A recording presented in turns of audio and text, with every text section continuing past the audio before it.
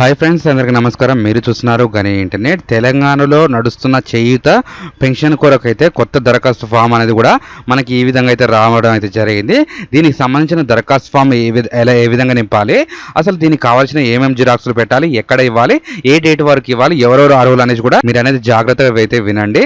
నేను చెప్పే ఒక్కొక్క పాయింట్ కూడా మీరైతే స్కిప్ చేసుకుంటూ చూసి కామెంట్ చేస్తే మాత్రం మీకు ఎటువంటి యూజ్ అయితే ఉండదు. నేను చెప్పేది జాగ్రత్తగా వినండి. ఇక్కడ నుంచి చూసుకుందాం.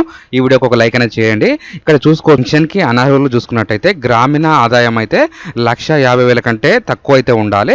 నెక్స్ట్ మీకు గ్రామీణంలో 3 ఎకరాల భూమి కంటే ఎక్కువ అయితే ఉండకూడదు. నెక్స్ట్ పట్టణంలో చూసుకున్నట్టయితే 2 లక్షల మించి అయితే మనకి ఆదాయం అయితే ఉండొద్దు.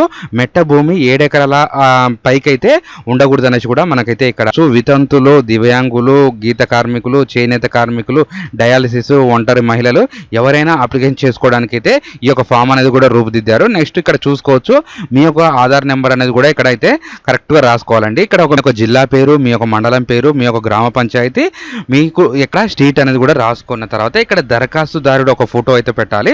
ఇప్పుడు మీరు ఎలా ఉన్నారో అలా ఫోటో దిగేసి పెట్టండి. ఎప్పుడో ఉన్న పాత ఫోటోస్ అయితే తీసుకొచ్చి అక్కడ పెడితే మాత్రం మీకైతే ఎలిజిబిలిటీ ఉండదు. ఆ విధంగా కూడా మీరు చూసుకోవచ్చు. ఇక్కడ ఆధార్లో ఏ విధంగా నేమ్ ఉంటే ఆ విధంగా నేమ్ అనేది కూడా ఇక్కడ రాసుకోవాలి. నెక్స్ట్ తండ్రి పేరు లేదా భర్త పేరు అనేది కూడా ఇక్కడైతే మీరు రాసుకోవాలి. దానికి సంబంధించిన మీరు ఏమవుతారో వాళ్ళకి సంబంధించిన అనేది కూడా ఇక్కడ రాసుకోవాలి. చిరునామా చూసుకున్నట్టయితే ఇక్కడ మీరు ఆధార్ కార్డులో ఏ విధంగా ఉంటే ఇంటి నెంబర్తో సహా అనేది కూడా మీరైతే ఇక్కడ రాసుకోవచ్చు. లేదా మీరు ఆధార్ కార్డు ఒక దగ్గర ఉంది, మీరు వర్క్ చేసేది ఒక దగ్గర అంటే ఆ విధంగా 2 అనేది కూడా మీరు ఫిలప్ అయితే చేసుకోవచ్చు. డేట్ ఆఫ్ బర్త్ అనేది కూడా ఫుల్ అయితే ఫిలప్ చేయాలి. ఆధార్ కార్డులో కొంతమందికి ఇయర్సే ఉన్నాయి, ఆ విధంగా అయితే ఫిలప్ అయితే చేయొద్దు. పూర్తి డేట్ ఆఫ్ బర్త్ అయితే ఫిలప్ చేస్తే మీకు అంటే ఉంటుంది.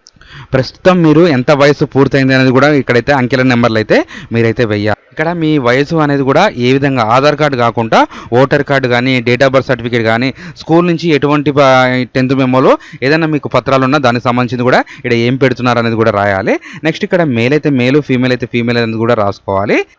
నెక్స్ట్ ఇక్కడ మీకు భర్త అయితే భర్త, భార్య అయితే భార్య అయితే సంబంధించింది కూడా ఇక్కడ వాళ్ళ పేరు అనేది రాసుకోవాలి. వాళ్ళకి వాళ్ళ పేరు అనేది ఇక్కడ రాసుకున్న తర్వాత ఇక్కడ వాళ్ళ Aadhaar card number, date of birth అనేది కూడా ఇక్కడ రాయాలి. మీ యొక్క మొబైల్ నెంబర్ అనేది కూడా రన్నింగ్ అనేది ఇక్కడ వేసుకోవాలి. నెక్స్ట్ ఇక్కడ చూసుకున్నట్టయితే మీరు ఎస్సీ, ఎస్టీ, బీసీ, మైనార్టీలు, ఇతరులు అనేది ఉంటుంది. ఏ కేటగిరీ ఉంటే ఆ కేటగిరీకి సంబంధించింది వేయాలి. ఇక్కడ ప్రస్తుతానికి మీరు ఏం పని చేస్తున్నారు అనే దాని గురించి కూడా రాసుకోవాలి. ఇక్కడ బ్యాంక్ యొక్క ఖాతా నెంబరు, ఐఎఫ్ఎస్సి నెంబర్ అనేది కూడా మీరు అనేది కూడా ఇక్కడ రాసుకోవాలి. నెక్స్ట్ పేజ్ చూసుకున్నట్టయితే ఇక్కడ రేషన్ కార్డు నెంబర్ కూడా రాయాలి. రేషన్ కార్డు ఉంటే పెట్టండి, రేషన్ కార్డు లేకున్నా కానీ ఏం కాదనేసి కూడా చెప్తున్నారు. ఇప్పుడు ఇక్కడ కుటుంబ ఆదాయం ఉంటుంది. ఇక్కడ వితంతువులు చూసుకున్నట్టయితే భర్త మరణించిన ధృవీకరణ పత్రం కూడా ఒకటి పెట్టుకోవాలి. మీరు భర్త ఏ డేట్ చనిపోయారు అనేది కూడా ఇక్కడైతే రాసుకోవాలి. దానికి సంబంధించిన సర్టిఫికేట్ నెంబర్ అనేది కూడా రాసుకోవాలి. ఇక్కడ ఒంటరి మహిళలు చూసుకున్నట్టయితే భర్త విడాకుల పత్రాలు అనేది ఉంటుందిగా, ఆ విడాకుల పత్రాల దాని సీరియల్ నెంబర్ రాసి దాని తరపు నుంచి డేట్ అనేది కూడా రాసుకోవాలి.